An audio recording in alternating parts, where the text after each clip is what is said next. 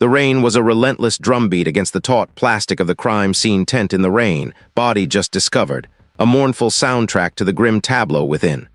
My boots squelched on the saturated earth, the muddy water threatening to seep over the tops as I ducked under the yellow tape. Even through the filters of my respirator, the air hung heavy with the acrid stench of burnt chemicals, wet ash, and something else, something metallic and sickeningly sweet. Marcus! Glad I could make it. The detective, a man whose face seemed permanently etched with the weariness of 1,000 bad nights, grunted without looking up from his conversation with a uniformed officer. His voice was a low rumble, barely audible over the downpour. I offered a curt nod, already moving past them, my gaze sweeping the scene. Small talk was a luxury I rarely indulged in, especially not here. The evidence didn't speak in pleasantries. It spoke in hushed whispers and stark, undeniable facts. And right now the facts were screaming. The tent, hastily erected, was a small, temporary island of relative dryness. Inside, portable lights cast a harsh, clinical glow, illuminating the devastation. This wasn't just a fire, it was an act of brutal erasure. Charred beams crisscrossed the ceiling, remnants of what I presumed was an old warehouse or abandoned factory, given the industrial smell that permeated everything. Most of the structure was gone, reduced to a skeletal outline against the gray sky, but this section where the body lay had been cordoned off with meticulous care. My eyes found the victim first, as they always did. It was a man, or what was left of one. He lay supine amidst a mosaic of ash and debris, his form horribly distorted by the heat. The fire had been intense, ferocious. His clothing was largely incinerated, skin blackened and blistered, some areas flayed away entirely, revealing bone. But even through the devastation, I could see the signs. The position of the arms, slightly bent, palms open, almost as if in supplication or defense. His mouth was agape, a silent scream frozen in time. I knelt, pulling on a fresh pair of nitrile gloves, my kit already open beside me. The ground beneath him was strangely intact compared to the surrounding destruction, a small, unburnt island. That was the first whisper. Fires, especially arson, were rarely so precise. They consumed indiscriminately, leaving trails and patterns that forensic science could decode. This felt controlled. "Any ID yet?" I asked the uniformed officer who was logging items near the tent's entrance. My voice was muffled by the respirator, but my tone was sharp enough to cut through the noise. "Nothing on him, Marcus. No wallet, no phone. Looks like they took everything," the officer replied, his gaze flickering nervously towards the body. He'd already jumped to conclusions, but that was his job. Mine was to dismantle them piece by painstaking piece. No ID, no wallet. That could be fire damage, or it could be deliberate. My gut, that familiar knot of unease, tightened. I began my systematic sweep, a grid pattern covering every inch of the designated area. My camera clicked, documenting the scene from multiple angles, each photograph a silent witness. The heat of the fire had been extreme, capable of vaporizing some materials, fusing others into glassy, unrecognizable slag. Yet around the victim's head, a small, distinct circle of material seemed to have resisted the worst of the blaze. It was faint, almost imperceptible, a fine, almost crystalline residue. I collected a sample, carefully scraping it into a sterile bag. What was it? An accelerant that burned differently, or something else entirely? Then I noticed the hands, even burned. They seemed unnaturally clean. No soot under the fingernails, no defensive wounds that I could discern, though the charring made it difficult to be certain without further examination. But the lack of soot was peculiar. Most fire victims, especially those caught unaware, would instinctively try to shield themselves, leaving traces of ash and debris embedded in their skin or under their nails. This man had not, or he hadn't had the chance. "Marcus, the fire marshal thinks this was a pretty standard accelerant job," the detective said, stepping closer, his heavy boots crunching on the debris. "Gasoline, probably. High heat, fast burn. Looks like someone wanted to make sure nothing was left." I straightened up, my gaze meeting his over the top of my mask. "Standard accelerant jobs don't usually leave islands of unburnt earth beneath the victim, detective, and they rarely leave hands quite so pristine." His brow furrowed. "Pristine? The man's practically charcoal." "Forensically pristine," I clarified, my voice flat. "No obvious signs of struggle, no soot under the nails, despite the intensity of the blaze." I paused, letting the implication hang in the damp air. It suggests he might have been incapacitated before the fire started, or already dead. The detective scoffed, a quick, dismissive sound. "Come on, Marcus. Someone sets a fire to cover a murder. It happens. Always looking for ghosts in the machine." Ghosts in the machine. He said it like an accusation, but I saw it as a compliment. My job was to find the anomalies, the tiny deviations from the expected narrative, not again. This time I would listen. I moved to examine the victim's chest, my gloved fingers gently probing the remains. The fire had done a terrible job of obscuring everything. As I shifted a piece of charred fabric, something glinted. Not metal, but something hard embedded deep within the chest cavity, protected by the density of the flesh and bone. It wasn't a bullet. It was too small, too irregular. A shard of something. Glass, ceramic. It was impossible to tell without extraction, but its presence was another jarring note in this discordant symphony of destruction. This wasn't a simple accelerant job. This wasn't just a fire to cover a murder. This was a statement, meticulously crafted, designed to mislead. And the person who crafted it had made a mistake. A small, almost invisible mistake, but a mistake nonetheless. The rain continued its relentless assault, washing away the world outside the tent, but inside, under the harsh glare of the portable lights, the details sharpened. And I knew with a certainty that settled deep in my bones that this case was far from straightforward. The ash held secrets, and I intended to make them echo. A cold knot formed in my stomach, a familiar sensation that always accompanied the first breath of a new mystery. It was the feeling of a story trying to tell itself, its words muffled by the noise of expectation. And right now, the city was screaming for a simple story, revenge, pure and uncomplicated. I stepped out of the vehicle, the sudden chill of the night air biting through my jacket. Above me, the sky wept, a steady, relentless downpour that hammered against the temporary shelter. The crime scene tent in the rain. Body just discovered was exactly as described. A temporary bubble of yellow nylon battling the elements. Water streamed off the edges, splashing onto the muddy ground, churning the earth into a slick, treacherous muck that threatened to pull my boots right off. The air was thick with the metallic tang of rain, the damp earth, and a lingering, acrid scent that no amount of rain could truly wash away. Burnt wood, singed fabric, and something else. Something cloying and sickly sweet that spoke of accelerated combustion. A colleague, a younger forensic technician with a perpetually furrowed brow, met me at the flap. He gestured inside with a gloved hand, his voice a low rumble over the drumming rain. "It's a mess, Marcus. Fire investigator thinks accelerant heavy pour. Victims? Well, you'll see."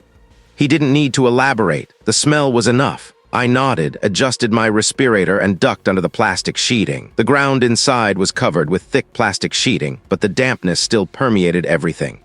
In the center, what remained of a small office space was a skeletal ruin. Charred beams, collapsed drywall, and a scattering of what used to be furniture lay in a heap, all coated in a fine, greasy layer of soot. And then I saw it, or rather him. The victim. The fire had done its brutal work. His clothes were mostly gone, his skin blackened, shrunken. The stench intensified inside the tent, a heavy blanket that pressed down on my senses.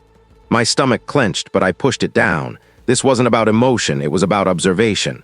Initial assessment points to the target of the arson. A detective, a burly man with a perpetually tired face, stated from a safe distance, his voice muffled by his own mask. He owed a lot of people, some nasty types, seems pretty open and shut. I didn't respond immediately. I moved slowly, methodically, my eyes scanning the scene, ignoring the detective's pronouncements. Open and shut cases were for fiction. In my world, every assumption was a potential blind spot. My gaze drifted first to the periphery, the edges of the burn. The fire had been intense, no doubt. The charring on the walls was deep alligator skin patterns etched into what was once plasterboard, but something felt off. The burn patterns, while extensive, seemed almost too uniform in certain areas, yet strangely patchy in others. A heavy pour, the fire investigator thought. But a heavy pour, especially with a volatile accelerant, usually created distinct pour patterns, puddles of intense burning, often in low spots.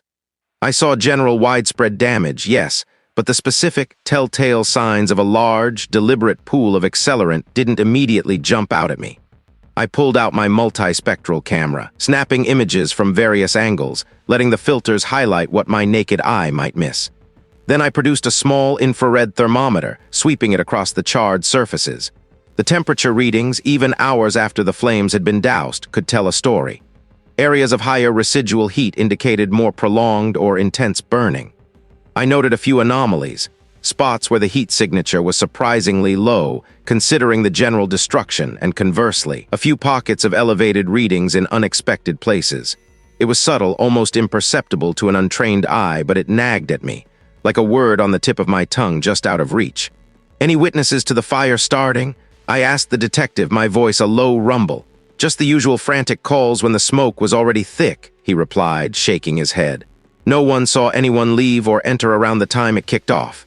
I hummed, a noncommittal sound, moved closer to the victim. This was the core of the investigation, the silent witness. The heat had been extreme, searing.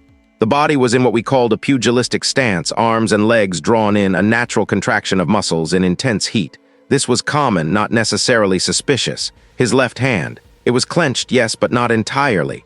His fingers were curled inward, but the thumb was extended, almost pointing, and slightly separated from the rest of his fist.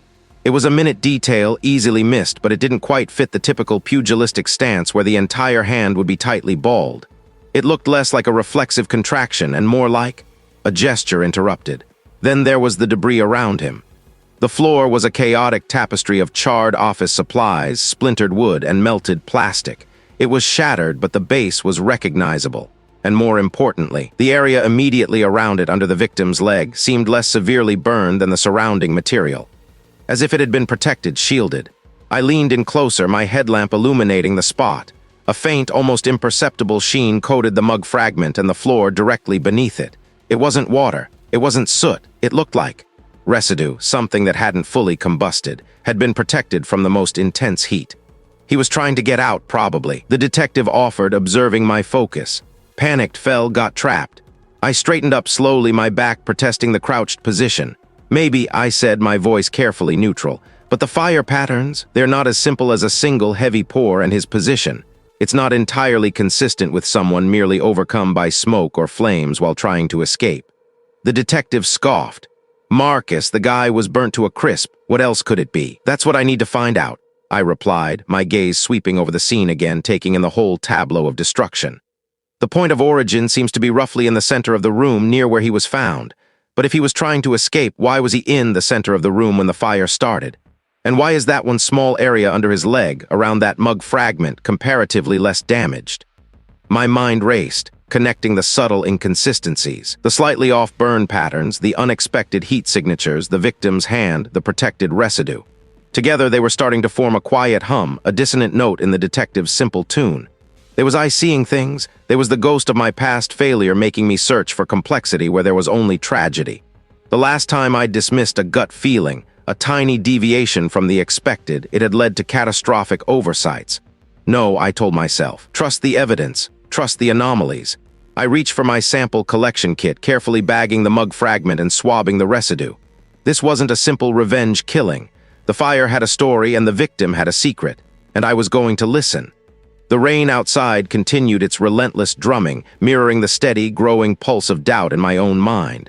The rain hammered against the taut canvas of the crime scene tent, a relentless drumming that threatened to drown out my thoughts. I stood over the charred remains, the smell of damp ash and something acrid clinging to my clothes. My mind kept replaying the image of the victim's hand, clenched, and the small, almost imperceptible patch of unburnt material beneath it. The detective, a man whose patience was as thin as his mustache, cleared his throat beside me, his gaze fixed on the body. Simple accelerant, Marcus. Probably gasoline. Ran out of time. Or got sloppy, he stated, his voice flat, already having written the conclusion in his head. Kid was probably trying to torch the place for insurance, got caught in his own blaze.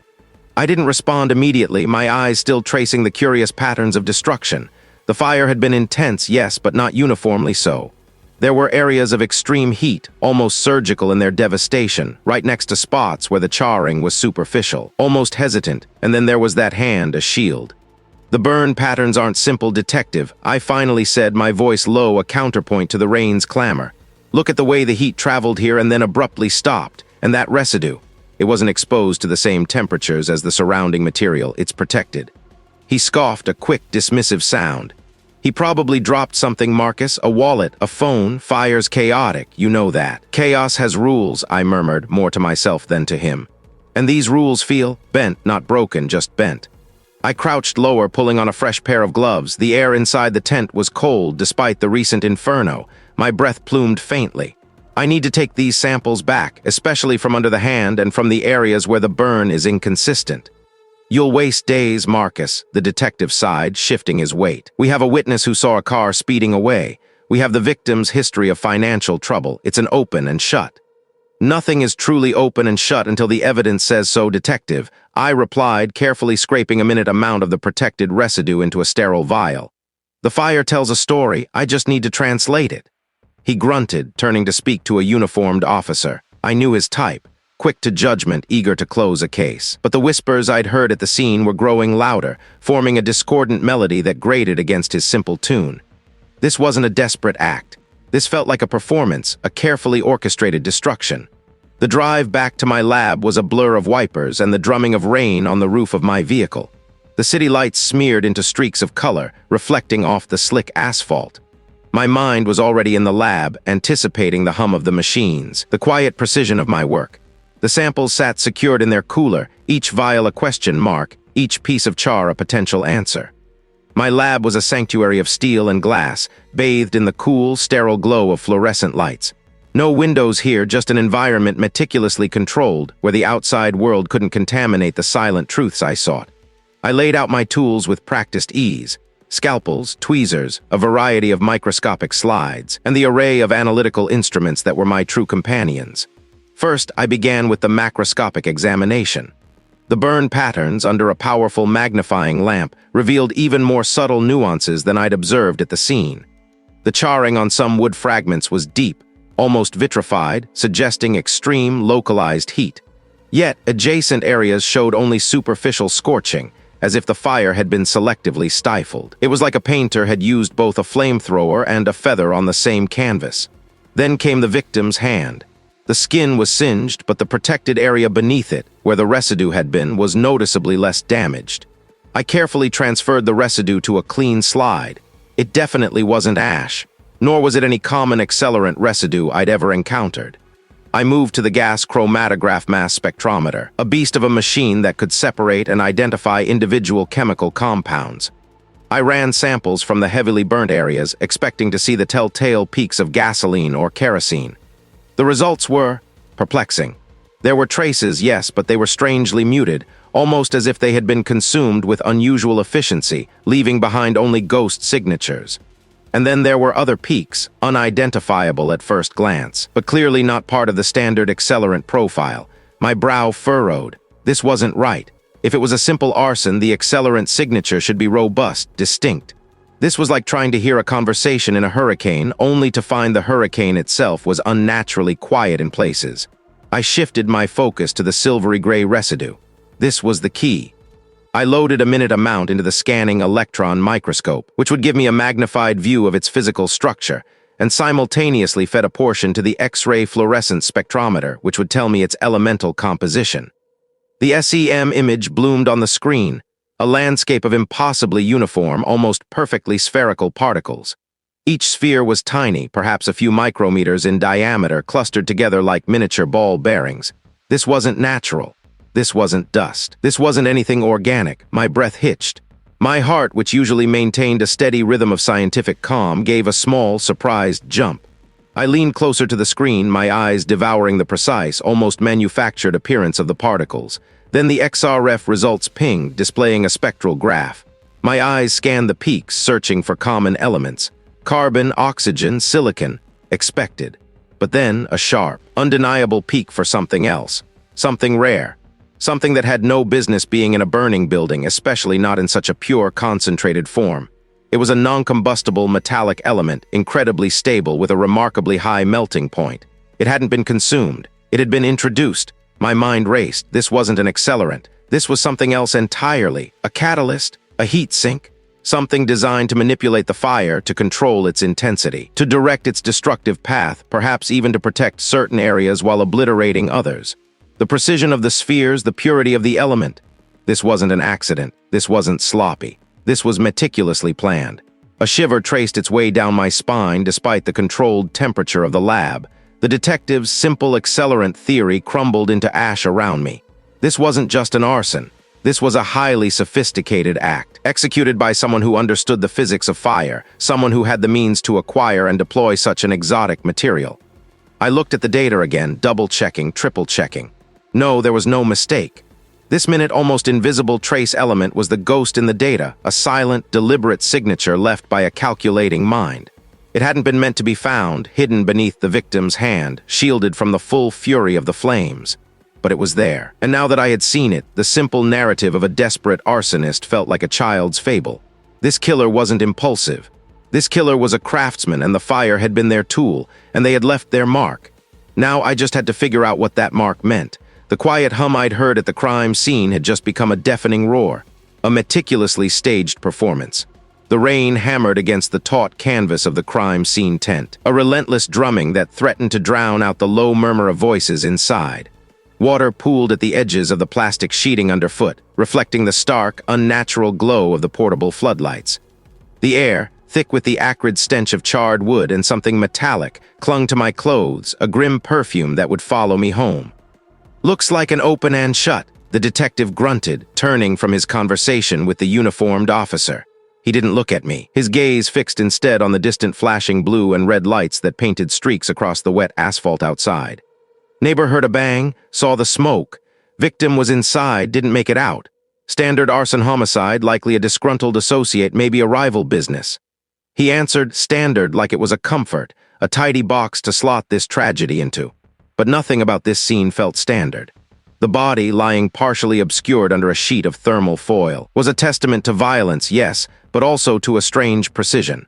The fire had been intense, localized, almost surgical in its destruction of the victim and the immediate area around them. The rest of the structure, while smoke damaged, hadn't suffered the widespread, chaotic devastation typical of a desperate act. I moved closer to the remains, my gloved hands instinctively reaching for my kit. The heat, even now, hours after the blaze had been extinguished, radiated faintly from the scorched floorboards. My eyes, trained to find patterns in chaos, scanned the blackened surfaces. The detective and his team were focused on the obvious, the point of origin, the victim's identity, or what was left of it, the usual suspects. I was looking for the whispers, the anomalies, the things that didn't fit the convenient narrative. The victim's clothes were mostly ash and fused synthetic fibers. A faint, almost sickly sweet odor, like burnt sugar mixed with something vaguely chemical, cut through the pervasive smoke smell. It was subtle, easily missed, especially with the rain washing away the surface volatile compounds, but I caught it. It was a scent I hadn't encountered often, not in typical residential fires. I knelt, ignoring the chill seeping through my waterproof trousers. Tiny, almost iridescent crystalline shards catching the floodlight. They weren't soot. They weren't glass from a shattered window. They shimmered with a faint, almost pearlescent quality, clinging to the charred fibers and the scorched wood grain like frozen dew. I carefully used a pair of fine-tipped tweezers to collect a few of the crystals, depositing them into a sterile evidence bag. Then I used a swab to gather some of the greasy residue, noting its unusual texture, slightly viscous, not entirely liquid. This wasn't gasoline, not kerosene, not even commercial lighter fluid. My gut tightened. Something specialized. "Find something interesting, Marcus?" the detective asked, his voice laced with a familiar skepticism. He finally turned to me, his brow furrowed as if my very presence complicated his neat little world. "Just collecting samples," I replied, keeping my tone neutral. I didn't want to give him too much too soon.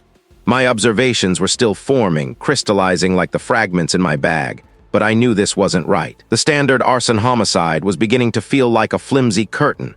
I continued my meticulous sweep of the area, paying particular attention to the victim's hands and the remains of their personal effects.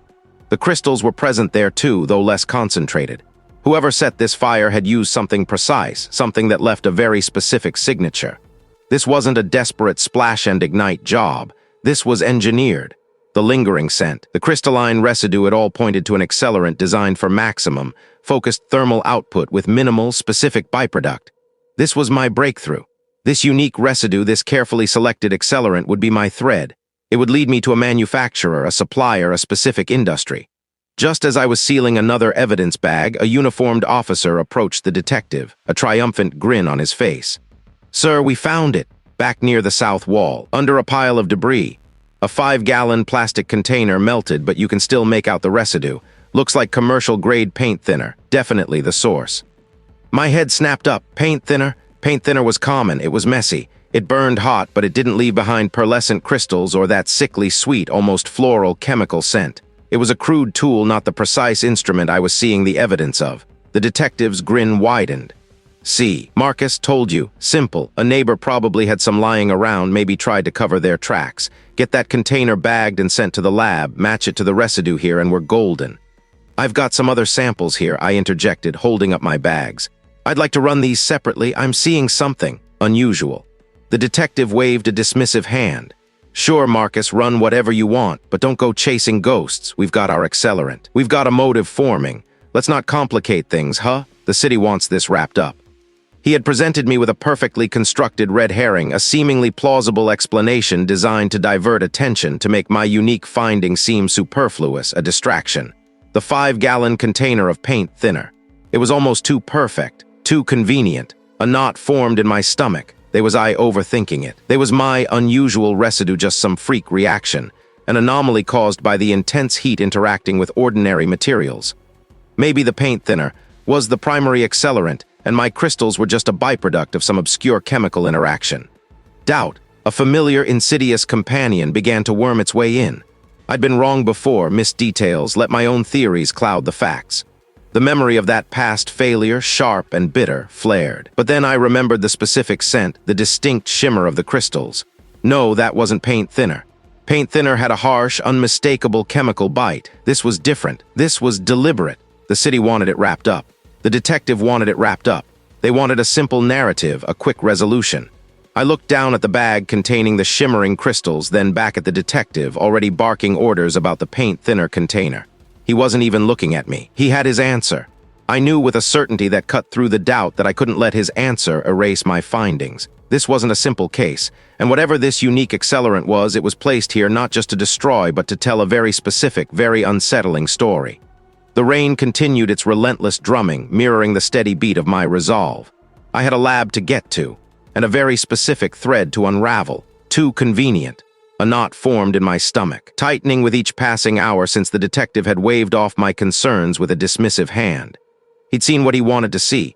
A simple accelerant, a clear motive, an open and shut case. But I knew better. I always did. The subtle inconsistencies, the whispers of the evidence, they clawed at me, refusing to be silenced. My phone buzzed, a harsh vibration against my ribs. Another one. My gut clenched. Not even 24 hours since the warehouse fire, and the city was already serving up another helping of human wreckage. The address was a forgotten industrial lot on the city's east side, a place where rusting corrugated steel buildings leaned against each other like tired old men. The drive was a blur of wipers battling sheets of rain. By the time I arrived, the scene was a miserable tableau under the glow of portable floodlights. The air was thick with the smell of wet asphalt, decaying leaves, and something else, something metallic and sickly sweet that cut through the downpour. I pulled my rain gear tighter, the hood cinched around my face, and ducked under the flap of the crime scene tent in the rain, body just discovered. Inside, the air was surprisingly still, though the incessant drumming of rain on the canvas roof was a constant, oppressive rhythm. The ground beneath my feet was a churned-up mess of mud, barely held in check by a layer of plastic sheeting. The scene manager, a tall woman with her hair pulled back in a severe bun, nodded curtly in my direction. "Marcus, glad I could make it." Her voice was flat, devoid of warmth. "Another one for my collection." My eyes were already scanning, taking in the enclosed space, and then I saw it, the body. It lay sprawled on its back, arms flung wide, almost as if in surrender. A man, middle-aged, dressed in what looked like decent business attire, now soaked and clinging to his frame. Time of death is rough, given the weather. The scene manager continued, gesturing vaguely with a gloved hand. "But our initial assessment puts it sometime late last night, early this morning. Blunt force trauma to the head looks like," and the man's eyes were open, staring up at the canvas roof, reflecting the harsh, artificial light. There was no sign of a struggle in the immediate vicinity, no churned earth beyond what the rain had already accomplished. He looked almost placed. Too neat considering the violence of his end. That was the first prickle of unease. A colleague, already documenting the scene with a camera, straightened up, his breath misting in the cold air. "No ID on him yet, Marcus. Pockets are empty. Nothing in his wallet either, just a few crumpled bills." Empty pockets, no ID. That was the second prickle. Most people, even those found in desolate places, had some form of identification. A driver's license, a library card, anything. The absence felt deliberate. I leaned closer to the victim, my gaze meticulously sweeping over every detail. The rain had done its best to wash away clues, but it couldn't erase everything. His hands, though muddy, showed no defensive wounds. His shoes were scuffed, but not excessively so, certainly not consistent with a prolonged struggle or being dragged. My eyes drifted to his left lapel, partially obscured by the collar of his rain-soaked jacket. Something was there, a faint impression, almost invisible. I gently, carefully brushed away a clinging leaf fragment. It was a pin, or rather the faint outline of where a pin had been. A small, circular indentation, almost imperceptible, as if something had been pressed there, then carefully removed. Under the lens, the impression became clearer. It wasn't just an indentation. There were microscopic fibers embedded in the fabric, a faint metallic sheen, almost like gold dust. Then a pattern, a stylized S or a serpent entwined around a central, shield-like shape. My breath hitched. My heart hammered, a sudden, frantic rhythm against my ribs. I knew that emblem, not from a current corporation, not from the city's bustling new tech firms or financial powerhouses. This emblem was old. It belonged to Sterling Holdings. Sterling Holdings.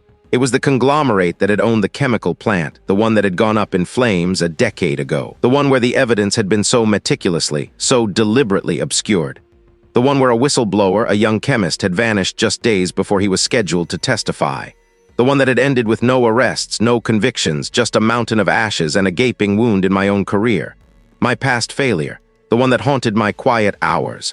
"Marcus, I see something," the scene manager asked, her voice cutting through the drumming rain, pulling me back from the precipice of memory. I straightened up slowly, my mind racing, the pieces clicking into place with a terrifying precision. The first victim, the arson. The second victim here bearing the ghostly mark of a defunct corporate giant, a company synonymous with my greatest professional defeat. This wasn't just a random act of violence. This wasn't just some street-level dispute gone wrong. This was connected, deeply connected. "Yes," I said, my voice low, barely audible above the deluge. "I see something." I looked at the scene manager, then at my colleague, their faces etched with the grim fatigue of their work. They saw a dead man. I saw a ghost, a decade-old scar ripped open anew. The paint thinner, the convenient accelerant, the seemingly straightforward arson. It wasn't a diversion from the fire. It was a diversion from the truth. And this man lying dead in the rain was not a coincidence. He was a message. A link. The knot in my stomach tightened further, but this time it wasn't just suspicion. They thought they could bury it again just like they did all those years ago. They thought they could make this vanish into the city's forgotten corners. But they hadn't accounted for the echoes, and they certainly hadn't accounted for me. The rain beat down, washing the city clean, but it couldn't wash away the past. This wasn't just a case anymore. This was personal, and I would make them regret every single drop of rain. The rain hammered against the taut nylon of the crime scene tent, a relentless rhythm that underscored the grim reality within.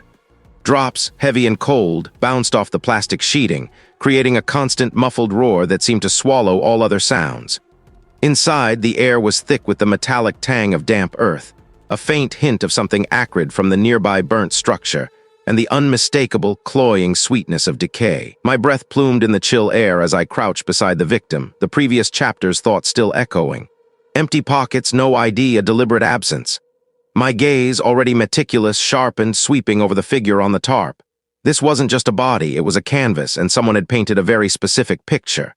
The victim lay on their back, limbs splayed unnaturally, almost theatrically. Standard attire, nothing flashy, nothing distinctive. But then, that was the first flag. Too standard, too anonymous.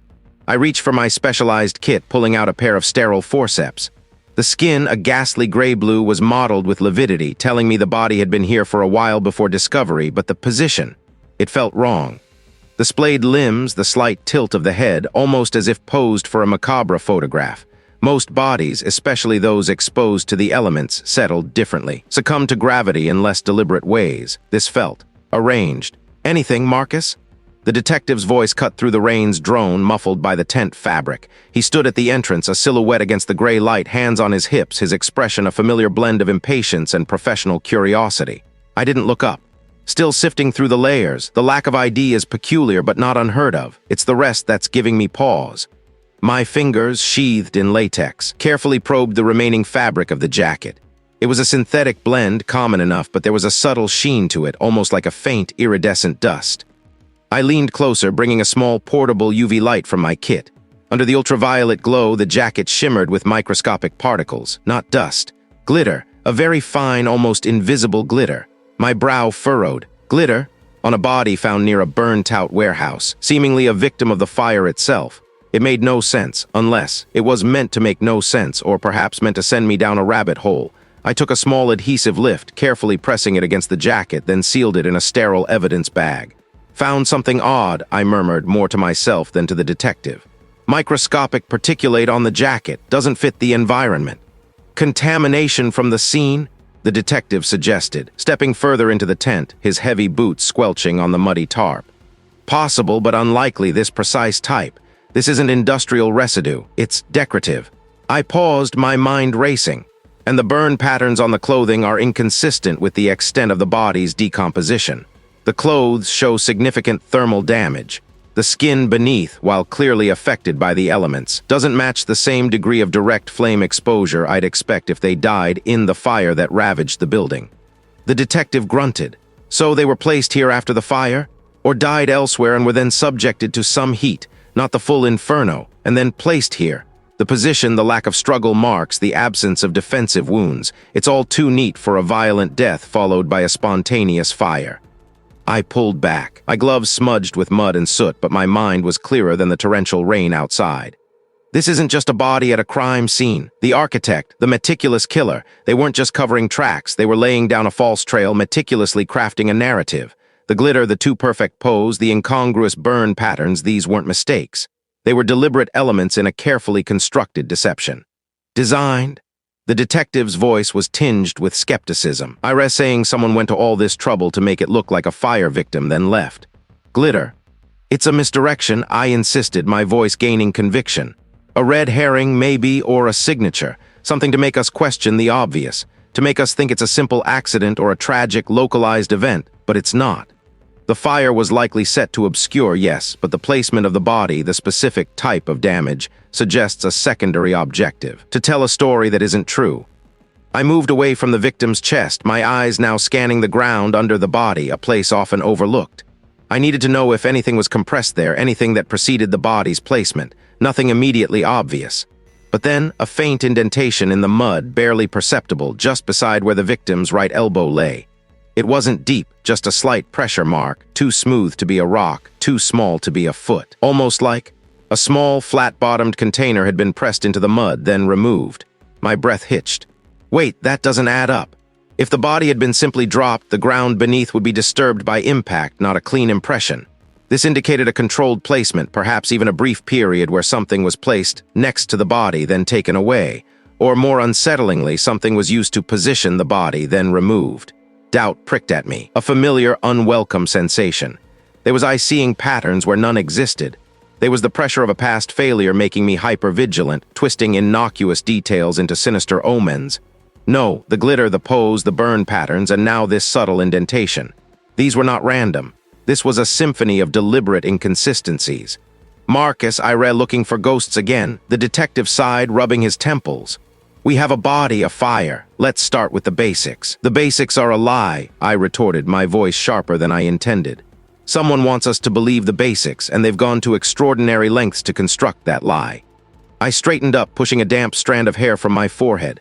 The architect of this scene is trying to play us detective. They're smart, meticulous, and they want us to look in the wrong direction. My gaze swept across the interior of the tent, then out towards the burnt-out shell of the warehouse, rain still lashing down. The killer hadn't just committed murder and arson. They had staged a theater, a carefully choreographed deception. And if they were this intelligent, this patient, then the motive behind this crime had to be far more intricate, far more insidious than simple revenge or a quick cover-up. They weren't just covering tracks, they were designing them. And that, I knew, was a far more dangerous adversary. And if they were this intelligent, this patient, then the layers of this deception ran deeper than any ash pile. My gaze, though, wasn't lingering on the warehouse. It was fixed on the man splayed out on the blackened tarp inside the crime scene tent, the rain hammering a relentless rhythm against the canvas overhead. He was a scorched silhouette, the air thick with the metallic tang of burnt flesh and the damp earth. Any initial observations, Marcus? The detective, a man whose patience was as thin as his mustache, didn't bother to hide his eagerness to wrap this up. He stood a few feet back, arms crossed, his gaze flicking between me and the victim. I knelt, ignoring the chill seeping into my knees through the thin tarp, the plastic sheeting beneath it crackling faintly. Give me a moment.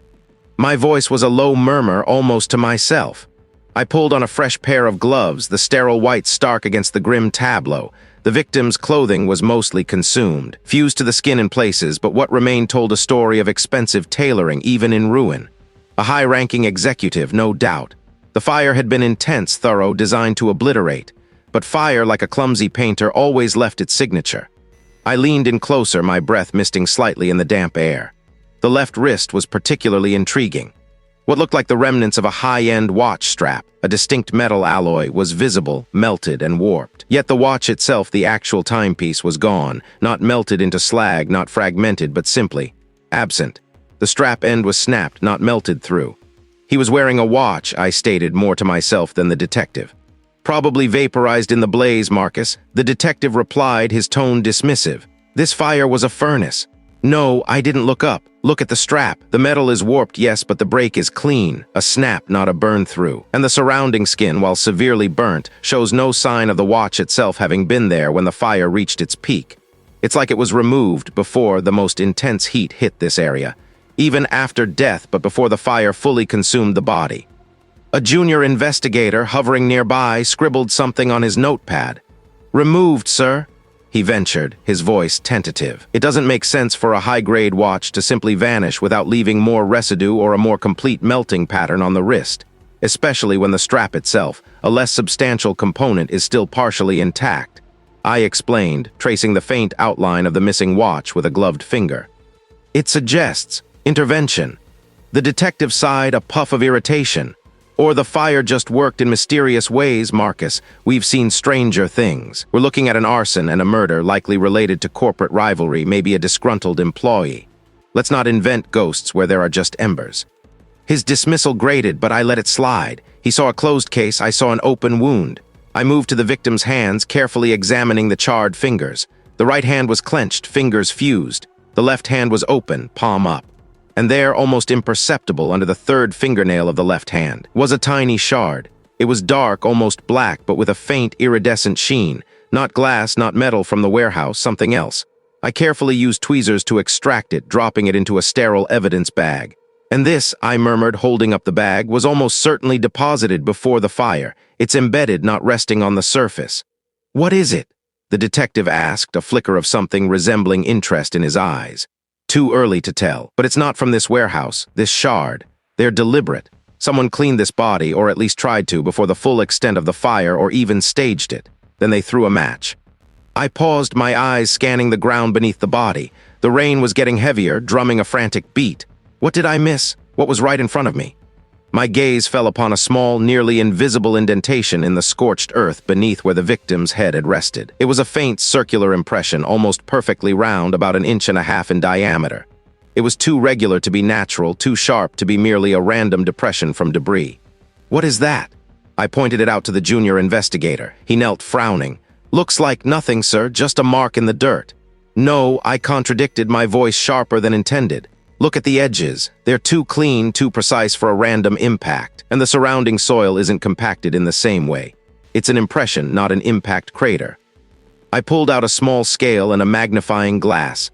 Under magnification, I could see faint, almost microscopic concentric rings within the circle. "It's a pressure mark. Something heavy, something with a very specific base was pressed into the ground here. A murder and arson, a missing watch, a tiny shard, and now a dirt imprint. We have a suspect profile, we have motives." "I have a profile," I corrected, standing slowly, feeling the weight of the evidence and the resistance. "But it's too neat. This isn't a simple, enraged act. The fire was an obliteration attempt. The missing watch, the shard, this imprint. Someone was here before the fire or immediately after death, and they were meticulous. They removed something specific, they left something specific, and they used something specific that left this mark." I stared at the circular impression, then back at the victim's head. The impression was exactly where the back of the victim's head would have been had he been lying face down, but the victim was face up. This wasn't adding up. "Wait," I muttered, my brow furrowed. "The victim is face up, this mark. It's where the back of his head would have been, if he was lying face down initially, then moved. But the burn patterns on the back of his clothing, what little remains, suggest he was face up during the primary phase of the fire." My mind raced. Was it just debris?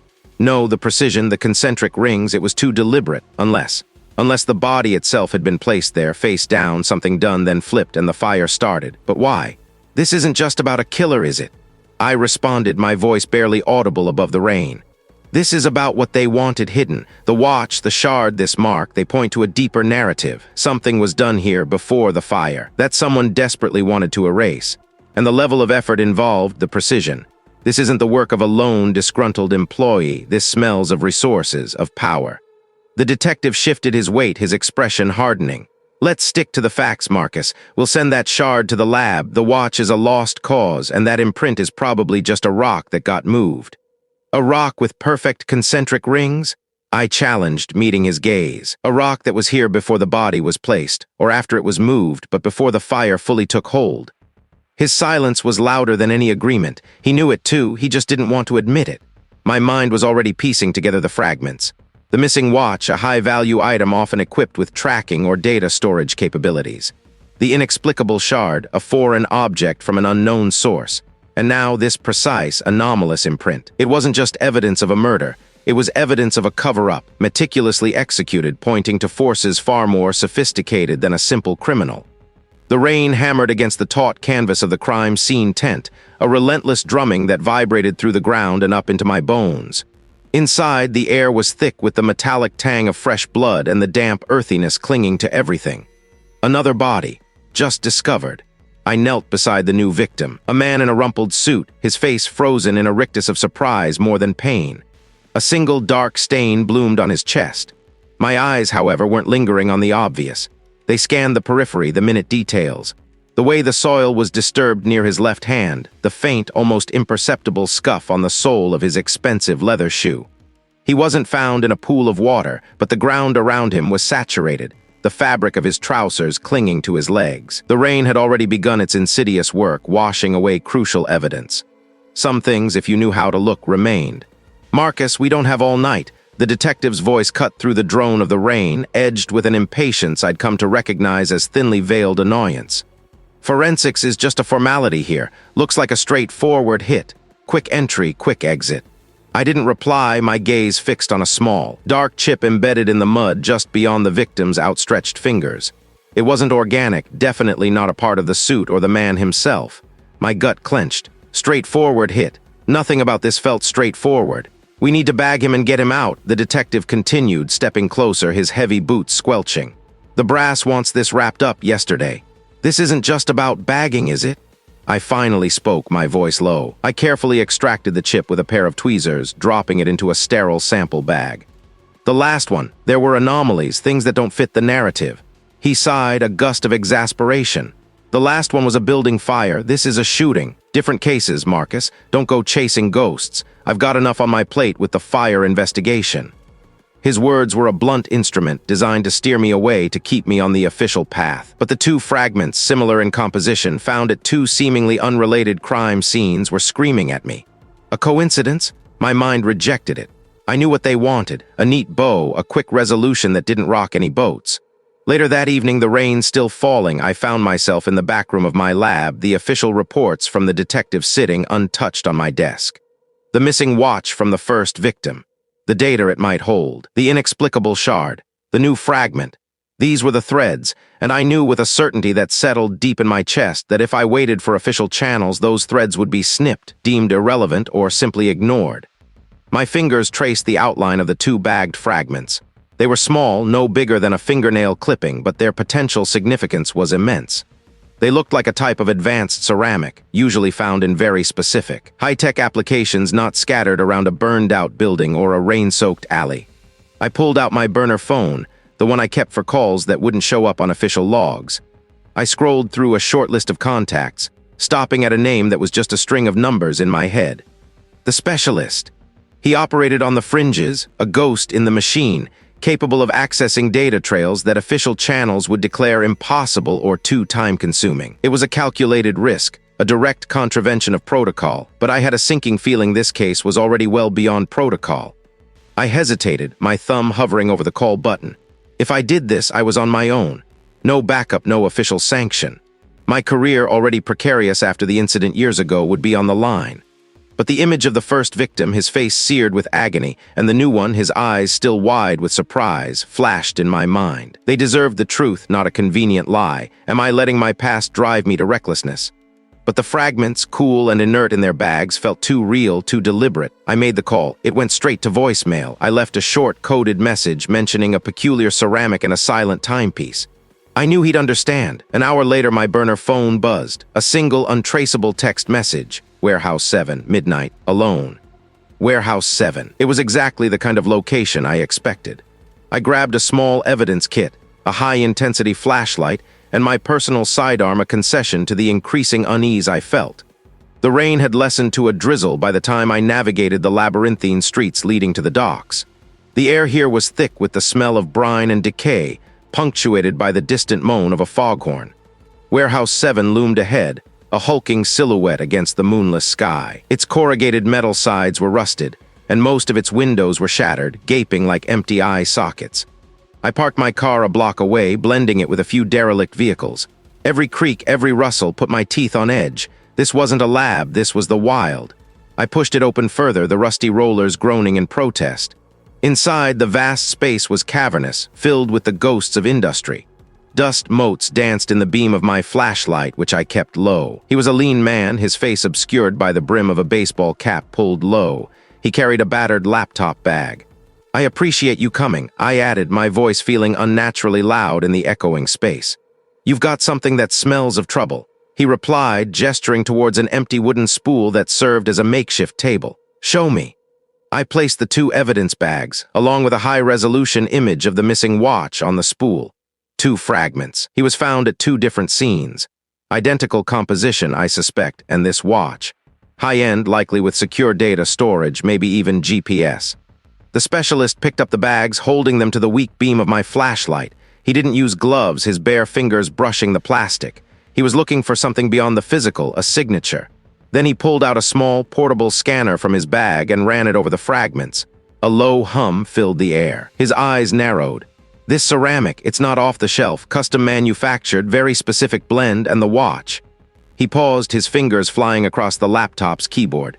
"I can try to ping any residual signal, check for manufacturing data trails, the distant drip of water." My nerves were strung tight. This was it, the moment of truth. Suddenly, the specialist stopped, his head tilting slightly. "There's something here," he murmured, his voice barely audible. Not a GPS ping from the watch itself, but a ghost. A service provider ping. A registration, not to the victim, but to a shell corporation. And that shell corporation, it's linked to an address. He spun the laptop around. The screen glowed, displaying a complex web of connections ending with a single address. It wasn't a residence. It wasn't an office building. It was a secure data facility tucked away on the outskirts of the city, owned by a powerful conglomerate that had been making headlines recently for its rapid expansion. My breath hitched. The pieces were starting to slot together, forming a picture far more disturbing than I'd anticipated. The first victim, a corporate lawyer, was connected to this conglomerate. The second, an unassuming mid-level manager, could easily have had access to their systems. The inexplicable fragments, custom-made ceramic, now pointed to proprietary equipment, perhaps even data storage devices used within such a facility. "Wait a minute," I answered, leaning closer, my finger tracing a line on the screen. "That facility, it's been under construction for months, highly classified project. Why would a watch linked to a shell company connected to it be found at a murder scene?" The specialist shrugged, a noncommittal gesture. "Maybe it wasn't supposed to be found, or maybe it was left deliberately. A breadcrumb Marcus, but whose?" The revelation hit me like a physical blow. This wasn't just corporate espionage anymore. This was a direct link to a powerful entity, a place designed to keep secrets, and someone was trying very hard to ensure those secrets stayed buried. The risk I had taken felt suddenly enormous, the air in the warehouse growing heavy with unspoken danger. I had found my lead, but it had led me straight into the lion's den. Another body, just discovered. The air in the secure data vault had felt thin, choked with the weight of revelation. But out here under the relentless downpour, it was thick with the smell of wet earth and something metallic, something that clung to the inside of my nostrils. I hunched deeper into my rain-slicked jacket, the collar pulled high against the chill, as I stepped into the crime scene tent in the rain, body just discovered. The canvas flapped wildly, groaning against its guy ropes, a pathetic defiance against the storm. Inside, the usual controlled chaos reigned, though the rain drumming on the tent roof added a frantic, almost desperate rhythm. The floodlights cast harsh, stark shadows, making the droplets suspended in the air gleam like tiny, ephemeral diamonds. Another body. This one, a man lay sprawled on the muddy ground, partially obscured by a hastily erected tarp. His eyes were open, staring blankly at the tent ceiling, reflecting the artificial light with a disturbing clarity. His clothes were soaked, plastered to his frame. This was a message. Found him about an hour ago, the detective, his face grim under the brim of his hat, said without preamble. He didn't need to elaborate, we both knew the drill. Jogger, thought he tripped, then saw the blood. I knelt, ignoring the squelch of mud seeping into my trousers, my gaze fixed on the victim. He wasn't familiar, not directly. The first victim, the one in the charred remains of the corporate office, had been a chess piece in a game I was only just beginning to understand. This man, I suspected, was another. The unique accelerant from the first fire, a signature blend I'd traced back to a specific, high-security facility that dealt with sensitive materials. The digital breadcrumbs I'd painstakingly followed, leading to encrypted communications routed through a private server linked to a powerful holding company, the very powerful entity that had given me such a jolt. And now this. I reached for my kit, pulling out a pair of sterile gloves. As I worked, documenting, photographing, collecting samples, a nagging detail from the first case resurfaced. A faint, almost imperceptible trace of a specific type of industrial lubricant on the floor near the first victim's desk. I dismissed it then, attributing it to building maintenance. But now, seeing the faint, metallic sheen on the new victim's hands, as if he'd tried to ward off a blow, a new possibility opened. This wasn't just any lubricant. It was a specialized compound used only in high-precision, heavy-duty machinery. The kind of machinery found in very specific, very secure locations, like the facility tied to that accelerant. "What do we have, Marcus?" the detective pressed, his voice low. "A confirmation," I murmured, more to myself than to him. "And a pattern, this man? He was a loose end, or he knew something. Maybe he worked for that holding company, the one with the private server, the one that deals in secrets." The detective grunted, not surprised. He knew I chased ghosts in the data streams and the dust motes. I carefully bagged a sample of the lubricant from the victim's hands, then took a closer look at the ground around him. Footprints, faint but distinct in the churned mud. Not the joggers. These were heavier with a specific tread pattern. And then I saw it, partially obscured by a fallen branch, a small, almost microscopic fragment of a synthetic fiber, a vibrant, unusual shade of sapphire blue. My breath hitched. Sapphire blue. I remembered that color. It was the same shade as the uniform lining of the security personnel for the powerful holding company. The very company I suspected was at the heart of this. It clicked. The accelerant, the digital trail, the specialized lubricant, and now this fiber, this uniform trace. It wasn't just corporate espionage. It was a targeted cleanup operation orchestrated by someone inside that powerful entity. Someone with access to their secure facilities, their unique materials, and their security personnel. Someone who needed to ensure the secrets stayed buried, and who was willing to eliminate anyone who threatened to expose them. The killer wasn't just a cog in the machine. They were the machine, or at least a highly placed operator of it, and their motive: to protect the vast, intricate web of information and leverage that holding company commanded. Blackmail. Power. I stood, my gaze sweeping the rain-lashed landscape beyond the tent. The sheer audacity of it to commit such an act so brazenly, in the knowledge that their position would shield them. I knew who I was looking for. Not a name, not yet, but a role, a type. Someone with unchecked authority within that corporate structure.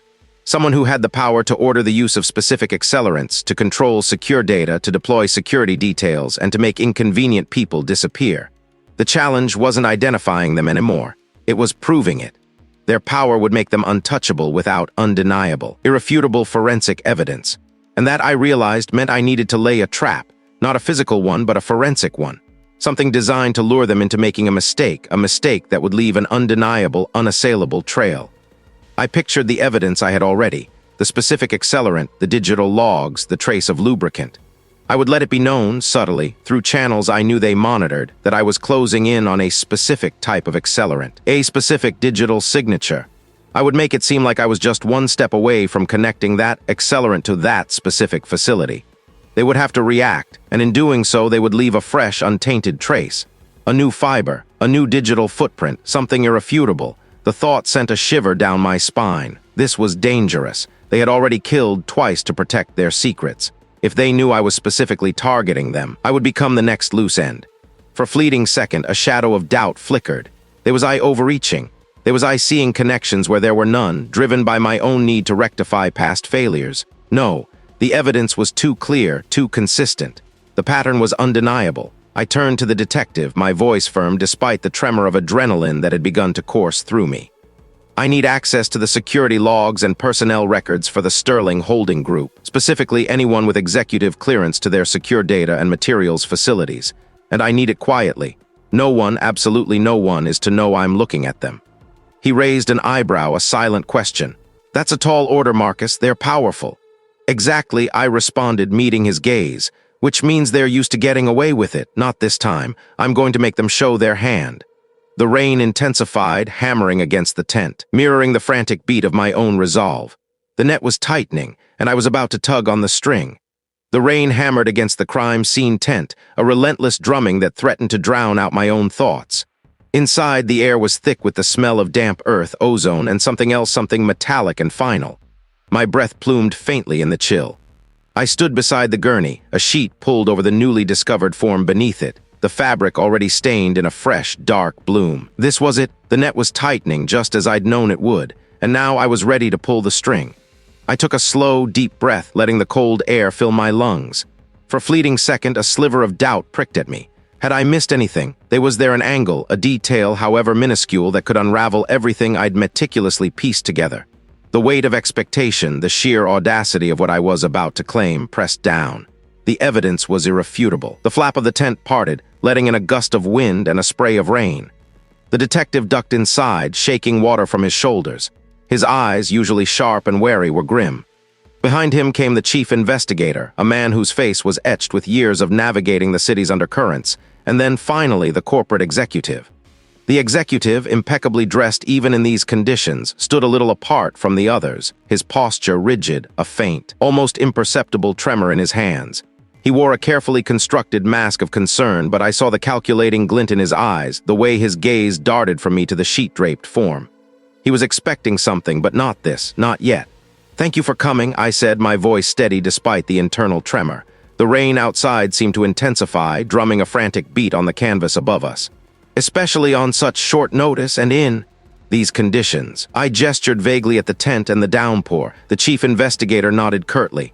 "Marcus, this better be good. Another body after all this time. We need answers, and we need them now." His gaze flickered to the corporate executive, a subtle pressure. "Answers are precisely what I have," I replied, stepping closer to the gurney. "And the answers linked directly to the initial arson and the death of the first victim." I paused, letting my words hang in the air, watching the corporate executive's jaw clench almost imperceptibly. "We found the accelerant residue on the first victim's clothing," I began, my voice clear and precise. "A specific blend of petroleum distillates and a trace of a synthetic polymer, unusual for a simple arson. We initially thought it was just a particularly nasty cocktail to ensure maximum destruction." I picked up a clear evidence bag containing a charred fragment of fabric. But when the first victim's data drive was recovered from the secure vault, the one I all insisted was destroyed in the fire, it told a different story. The corporate executive shifted his weight. "I was assured that drive was unsalvageable, and what does a data drive have to do with accelerants?" His tone was dismissive, a practiced calm. "Everything," I said, meeting his gaze. The data drive contained encrypted files that detailed a series of illicit transactions, shell corporations, and a massive blackmail scheme involving the first victim and a high-ranking member of the city's financial elite. I let the implication hang, thick as the rain-soaked air. The accelerant, it turns out, was a signature, a custom blend used in industrial processes at one of the subsidiary plants owned by a certain corporation. I moved to a small portable table where I had laid out a series of photographs. The initial fire was staged to look like a desperate attempt to destroy evidence. But the truth is, the first victim was already dead before the flames touched them. My re-examination of the initial findings, cross-referenced with the new evidence from the data drive, confirms it. They were suffocated, then doused. The accelerant wasn't just for burning, it was a message. A very specific, very cruel message. The detective frowned. Suffocated, but the autopsy report said smoke inhalation was the primary cause of death. "Yes, it did," I acknowledged, and it was a very convincing report. But the presence of a unique microscopic fiber, almost invisible to the naked eye, found deep within the first victim's trachea, tells another tale. A fiber consistent with the material of a specific type of industrial-grade dust filter. The same type, in fact, used in the ventilation systems of that same subsidiary plant. I pointed to another photograph, a magnified image of a tiny, almost luminous thread. The corporate executive's veneer of calm finally began to crack. A muscle twitched in his jaw. "This is preposterous. IRA inventing connections where there are none. My company has nothing to do with this." "Doesn't it?" I challenged, turning to face him fully. "Because this second victim the body just discovered here confirms everything. This individual was a whistleblower, a junior accountant who had access to the very financial records detailed on the first victim's recovered data drive. Records outlining how the first victim was systematically siphoning funds, but also how they were being blackmailed by someone even higher up, someone who benefited from that siphoning." I pulled back the sheet. Around his neck, a faint, almost invisible ligature mark. More of the custom accelerant, not enough to burn, just a trace. A calling card, same signature. I see the first victim was blackmailing I, wasn't he? Threatening to expose the full extent of my corporate malfeasance, my shell companies, my illicit dealings. I made it look like a tragic accident, a desperate cover-up of his crimes, when in reality I was covering up yours. My gaze locked with the corporate executives. His eyes, once calculating, now held a flicker of raw panic. He opened his mouth, but no sound came out. But then, I continued, my voice unwavering. This junior accountant, this second victim, found something. He found the evidence that linked I to the first victim's blackmail. He found the proof that the first victim wasn't just a thief, but a tool. And I, the corporate executive, the mastermind behind the scheme, couldn't afford to let him live either. The chief investigator and the detective exchanged a look of sudden horror. The corporate executive's face had gone ashen. His carefully constructed alibi, the one about being out of the city on the night of the first fire, the one about having no knowledge of the junior accountant's activities. It was all crumbling around him.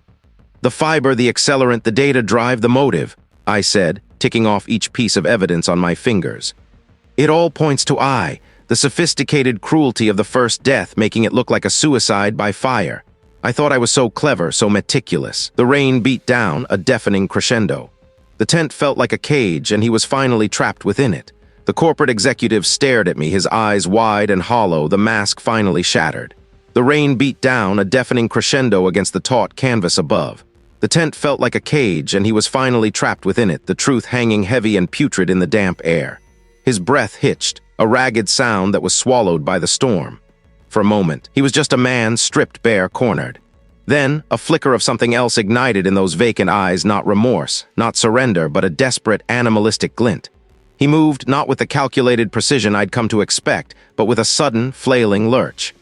My instincts, usually reserved for interpreting chemical reactions and trace evidence, screamed. He wasn't reaching for a weapon, not directly, but for the table, the very one where the evidence of his crimes lay meticulously arranged. "No!" I yelled, the word ripped from my throat.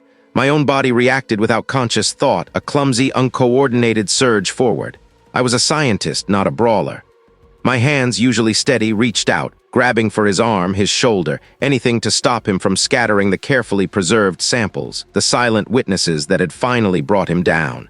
He was stronger than he looked, fueled by a primal terror. His elbow connected with my jaw, a dull, jarring impact that sent a wave of nausea through me. My teeth clacked together. The metallic taste of blood bloomed on my tongue. I stumbled back but didn't release my grip. The forensic kit, the delicate instruments, the sealed bags, they were more than just objects. They were lives, they were justice. I wouldn't let him destroy them. We grappled. A grotesque dance in the confined space of the crime scene tent in the rain, body just discovered. The air grew thick with the smell of wet wool, damp earth, and the executive's sour sweat. He grunted. A low, guttural sound, his face contorted into a mask of pure fury. His fingers clawed at my arm, trying to pry me away. I could feel the sharp edges of his nails digging into my skin, but the pain was a distant throb, overshadowed by the absolute necessity of preventing him from reaching the evidence. Just as he managed to twist, aiming a wild kick at my shins, a blur of motion appeared at the edge of my vision. The detective, ever watchful, ever ready, was there. He moved with a practiced efficiency, his hand clamping down on the executive's shoulder, spinning him away from me and the table. Another officer, who had been guarding the perimeter, surged in, and together, they wrestled the executive to the ground. The struggle was brief but brutal.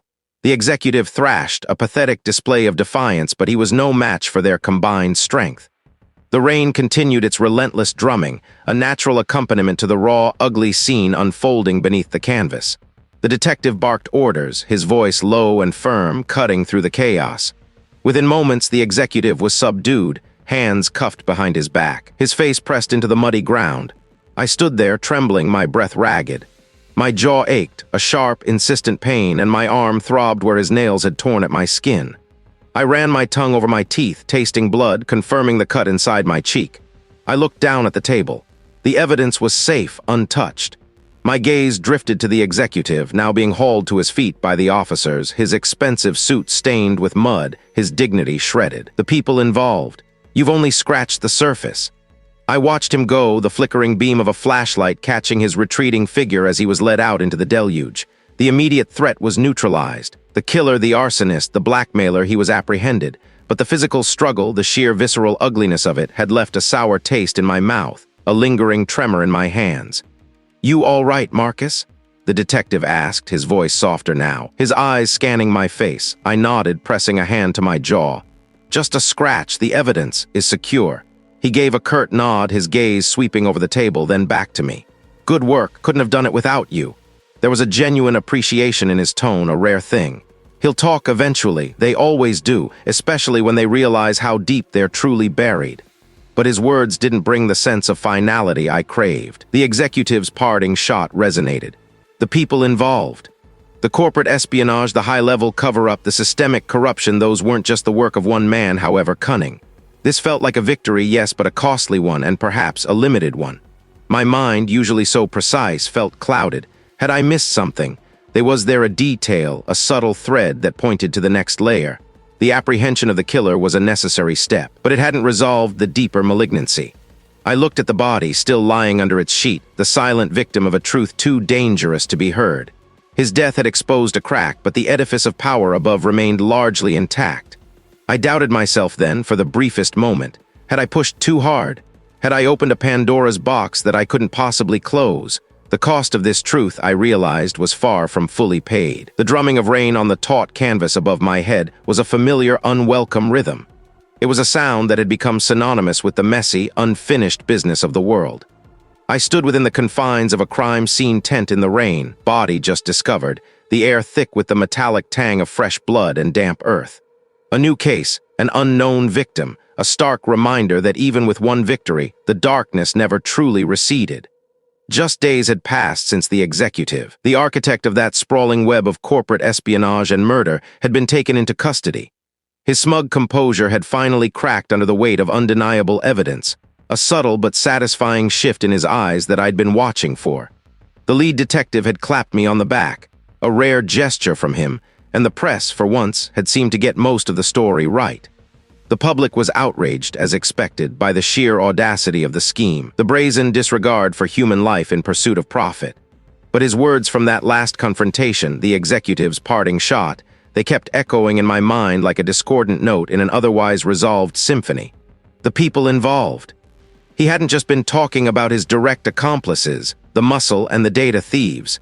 He'd been talking about the silent partners, the ones who pulled strings from behind gilded desks, the ones who benefited most from the chaos he orchestrated. And those words, I realized, were more prophetic than I'd cared to admit. The initial wave of arrests had been swift, almost theatrical. The executive, his immediate subordinates, a few peripheral figures caught in the crossfire. The media had feasted on it, painting a clear picture of a lone wolf, albeit one with a dangerous pack. But as the days bled into a week, a different narrative began to emerge. One whispered in hushed tones between the officers, hinted at in the oddly truncated press conferences. "There, tidying things up." A junior investigator had murmured to me yesterday, catching my eye across the lab. He'd been the one who'd helped me process some of the more obscure digital footprints. His face was pale, his enthusiasm from the initial arrests noticeably dimmed. Cutting off the branches, not touching the roots. I hadn't needed him to elaborate. I'd seen it myself.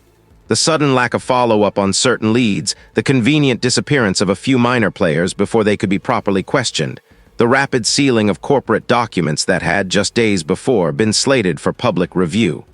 It was like watching a meticulously choreographed retreat, designed to protect the true power brokers. The systemic corruption, the high-level cover-up, it wasn't just a theory anymore.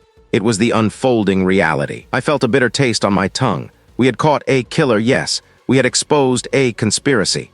But the larger beast, the one with many heads, remained largely untouched. The sense of finality I'd craved was an illusion. This wasn't a victory, it was a skirmish. My gaze drifted to the new body, partially covered by a white sheet, barely visible beneath the low-hanging canvas. A young man, judging by the size, his face obscured by the angle and the rain-slicked plastic. I didn't know him, didn't know his story, but the sheer fact of his presence here on a rainy night underlined the relentless nature of my work and the world's indifference to justice. Had I done enough? The question gnawed at me. I'd pushed hard. I'd ignored warnings, bypassed protocols, followed the evidence down every dark alley, even when it led to places I knew powerful people didn't want me to go. I'd risked my own career, my own quiet existence, to bring down one man. But what about the others? The ones still walking free, their hands clean, their reputations intact, their networks undisturbed. Was I just naive to think I could dismantle an entire system with a few pieces of forensic data? Had I, in my determination, only managed to make myself a target, a nuisance to be tolerated, or worse, eliminated? The executive's network wasn't just about him. It was about the influence he wielded, debts he was owed. And those debts, I suspected, were now being called in not to harm me directly, but to quietly smother the lingering embers of the investigation. The lead detective approached, his face grim, his trench coat shedding rivulets of water onto the muddy ground. He didn't offer a greeting, just a tired sigh. "Another one, Marcus. He was found him floating in the canal. Looks like a clean shot to the back of the head." I nodded, my eyes still on the victim. "Any ID?" "Not yet, like he was stripped before he went in." He paused, then lowered his voice. "Listen, about the other thing, the corporate case, it's going to be quiet for a while. A lot of doors are closing up higher, orders from above." "Orders from where exactly?" I asked, my voice flat. He just shrugged, a gesture of helplessness that spoke volumes. "Let's just say some very important people are very keen to put this all behind us. The official line is, we got our man, case closed." My jaw tightened. "But it's not, is it? Not really?" He met my gaze, a weary understanding in his eyes. "No, Marcus, it's not, but some battles. I just can't win, not all of them anyway." His words confirmed my fears. The executive was behind bars, a victory on paper, but the larger truth, the systemic rot, remained largely unexposed. Justice had been served, partially. A predator had been caged, but the ecosystem that bred him remained fertile. The rain intensified, hammering down on the tent, threatening to breach its defenses. The small pool of light cast by the portable lamp seemed to shrink, unable to push back against the encroaching gloom. I looked at the new body, then back at the detective. "What do we have here?" I asked, my voice betraying none of the internal turmoil. Another life extinguished, another mystery to unravel. The world kept turning, crimes kept happening, and the powerful continued to shield themselves. My work, it seemed, was never truly done. The weight of the truth, the one that everyone wanted to ignore, felt heavier than ever. The persistent drumming of rain on the taut canvas of the crime scene tent was a familiar, almost comforting rhythm. It muted the distant city hum, creating a small, insulated world where only the cold, wet air and the silent testament of the dead held sway. My breath plumed in the chill, a stark contrast to the oppressive heat of the last case. That executive, caged but not truly exposed, still left a sour aftertaste. A victory on paper, yes, but the larger rot, the systemic infection, remained largely hidden, festering beneath the city's gleaming facade. Now, standing here, hunched over a body just discovered, the rain-soaked ground squelching under my boots, I felt a different kind of burden. This wasn't the intricate, corporate web of deceit that had consumed me for months. This was raw, immediate. A man middle-aged lay sprawled on the muddy earth, partially obscured by a fallen branch, his face turned towards the sky, eyes wide and unseeing. He gestured vaguely at the victim's pockets, which were indeed turned inside out. "Wallet's gone, watch too. Someone probably startled him, took what they could get." I didn't answer immediately. My gaze was fixed, not on the obvious wounds or the missing valuables, but on the delicate, almost imperceptible details. The man's hands were clenched, not in a defensive posture, but something tighter, more rigid. And then there was the mud. A thick, viscous layer coated his clothes, but it was inconsistent. Patches were soaked, others surprisingly dry, as if the rain had started after he'd been placed here, or perhaps he hadn't been here for the entire duration of the downpour. My internal voice, the one that always questioned, always parsed, began its familiar litany. Too neat, too obvious. The last case had taught me that the most apparent answer was often a carefully constructed lie. I felt the familiar stirrings, the almost physical itch to peel back the layers to find the truth hidden beneath the surface. It was a renewed sense of purpose, not a burden, a quiet acceptance of my unique role in this bleak theater. My past failure wasn't a failure of my methods, but of the system's willingness to accept inconvenient truths. Here, in this tent with this silent victim, I could still give him his voice. The detective sighed, a sound of resignation, and turned to speak with a uniformed colleague. He clearly expected a quick confirmation of his initial assessment. My gloved fingers moved with a practiced grace, brushing aside damp hair, checking under fingernails, tracing the edges of the man's clothing. The rain intensified for a moment, hammering against the tent, making it difficult to hear anything but the splash and drip. I leaned closer, my breath held. The fabric of his jacket, a sturdy tweed, was caked with mud, but beneath a torn lapel something else caught my eye. They weren't from the surrounding environment. They glinted even in the dim, artificial light of the tent, a faint, almost metallic sheen. They looked like paint, not house paint, but something industrial, flaking and thin, almost like mica dust. My mind raced. Paint, here, in the middle of this wooded area, far from any structure. It didn't fit. The ground around us was earth, decaying leaves, the occasional rock. No signs of any painted surfaces, no vehicles that could have shed such flakes. I carefully collected a few of the flakes with a pair of tweezers, depositing them into a sterile sample bag. "Detective," I called out, my voice cutting through the ambient noise, sharper than I intended. He turned, a flicker of annoyance crossing his face. "Find something, Marcus? A clue to his missing wallet, perhaps?" His tone was laced with a patronizing edge. "Perhaps more than that," I added, holding up the bag. "These flakes, they're not from here." He squinted at the bag, then back at the body. "So, he walked past a freshly painted fence somewhere. What's that tell us?" "It tells us," I began, my gaze sweeping the immediate area again, searching for any corroborating detail, "that this isn't simply where he fell. Look at the mud, detective. It's thickest in patches, almost as if it was applied in places, not accumulated naturally from the ground he was lying on. And the way his shirt is bunched under his back, it's not consistent with someone falling face first and then rolling." A flicker of doubt, a tiny crack in my own certainty, tried to surface. Am I overthinking this? Am I just projecting the complexities of the last case onto this one, seeing conspiracies where there are none? The executive's case had been so convoluted, so deeply entrenched. Maybe this was just a simple mugging. No, the evidence didn't lie, only people did. Reveal/discovery. These flakes, detective, I continued, my voice steady, pushing aside my momentary self-doubt. They are specific, and the mud, combined with the lack of disturbance around the body, the way the branch seems to have been placed over him rather than fallen naturally. I believe this scene has been altered. This man wasn't killed here, he was brought here. The mud was used to make it look like he'd been here longer, exposed to the elements. The detective's expression shifted, his weariness replaced by a dawning comprehension, then a frown. "I rest saying, someone staged this. I am saying the evidence suggests this isn't his primary crime scene." I affirmed, my gaze meeting his. "The wallet, the watch, they might be a diversion. The real story lies somewhere else, and it involves industrial paint flakes." The rain continued its relentless beat, washing over the tent, over the world outside. This wasn't the end of a long journey, a resolution to the systemic rot I'd confronted. It was merely a new beginning, another chapter in an endless book of hidden truths. The horizon wasn't a destination, but a promise of perpetual discovery, an acceptance that my role was to perpetually uncover what others wished to conceal. There was always another truth to find.